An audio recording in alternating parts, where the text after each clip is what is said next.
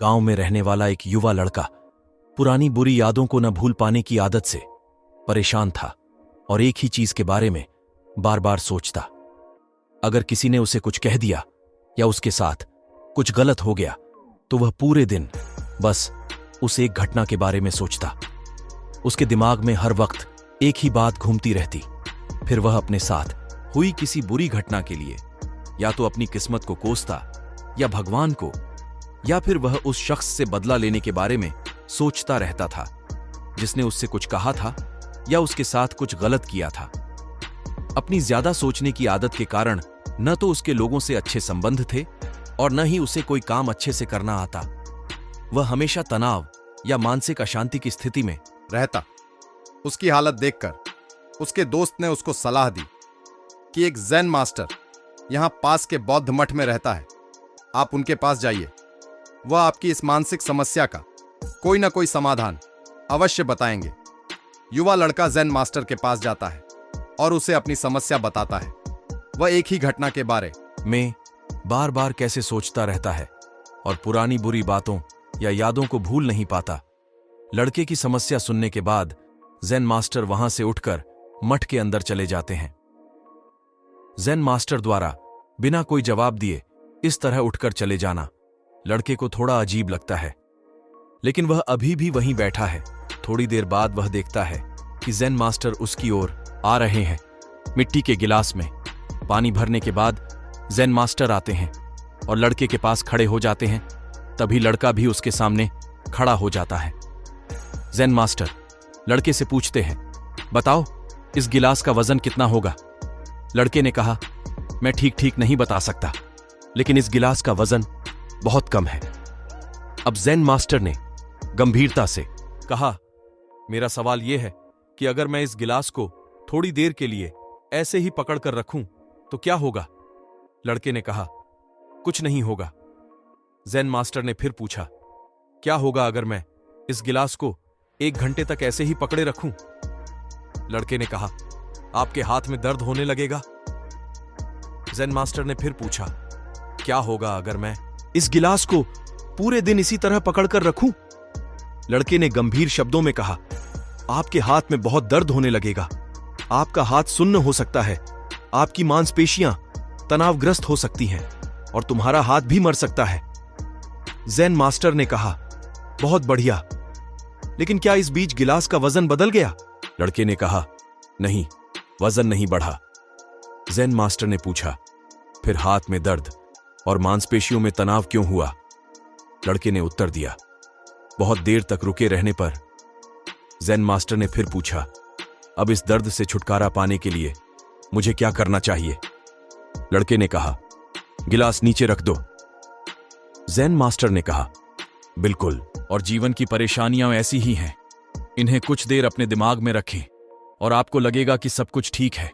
उनके बारे में लंबे समय तक सोचो और तुम्हें पीड़ा होने लगेगी, और उन्हें लंबे समय तक अपने दिमाग में रखो, तब वे तुम्हें परेशान या पागल बनाना शुरू कर देंगे और तुम कुछ नहीं कर पाओगे।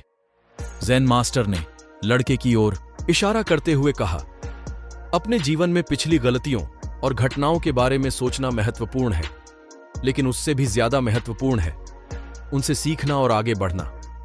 अगर आप कायम रहें तो उस गिलास की तरह यह भी आपके जीवन में दर्द का कारण बनेगा। यदि आप आज भी अपने अतीत को लेकर बैठेंगे तो वह आज भी आपके हाथ से बाहर रहेगा और फिर आप भविष्य में इसके लिए पछताएंगे। यदि आप अपने द्वारा की गई गलतियों को दोहरा रहे हैं, कोशिश करें कि आज आप ऐसी गलतियां न करें जिसके लिए आपको भविष्य में पछतावा करना पड़े। इसलिए चिंता करना छोड़ दें और अपने आज के कार्यों पर ध्यान केंद्रित करें। 5 बातें ऐसी हैं जो हमारे जीवन में अशांति और विनाश लेकर आती हैं। इन गलत आचरणों से बचकर ही रहें। एक बार की बात है, 3 बैल आपस में एक साथ में रहते थे। तीनों बैल आपस में किसी भी प्रकार के भेदभाव नहीं रखते थे।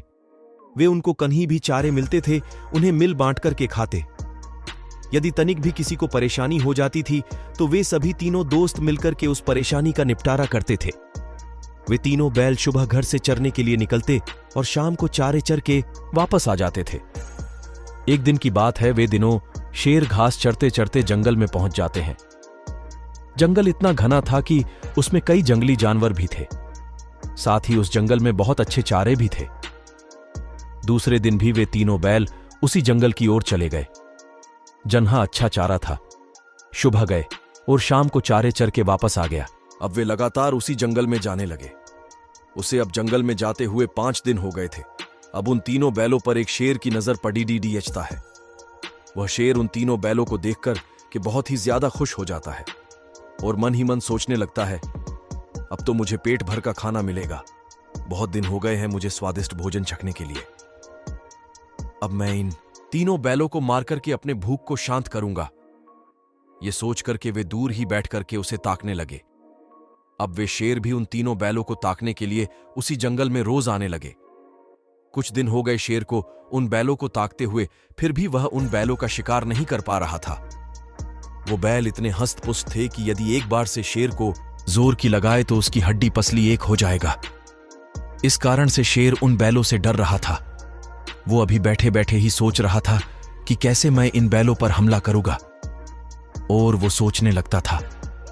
वो सोच ही रहा था कि उसके मन में ख्याल आया कि क्यों ना मैं इन तीनों को भड़का दूं, ताकि ये तीनों आपस में लड़ने लगे। उसके बाद मैं इनको अपना शिकार बना सकूं। अब वे शेर जंगल में जाकर के खरगोश, लोमड़ी, कौवा और अन्य जानवरों के पास जाकर के उन तीनों बैलों के बारे में अफवाह उड़ाने लगे। वे रोज उन जानवरों के पास में जाते और उन बैलों के बारे में कुछ न कुछ अफवाह सुनाकर के वहां से आ जाते थे।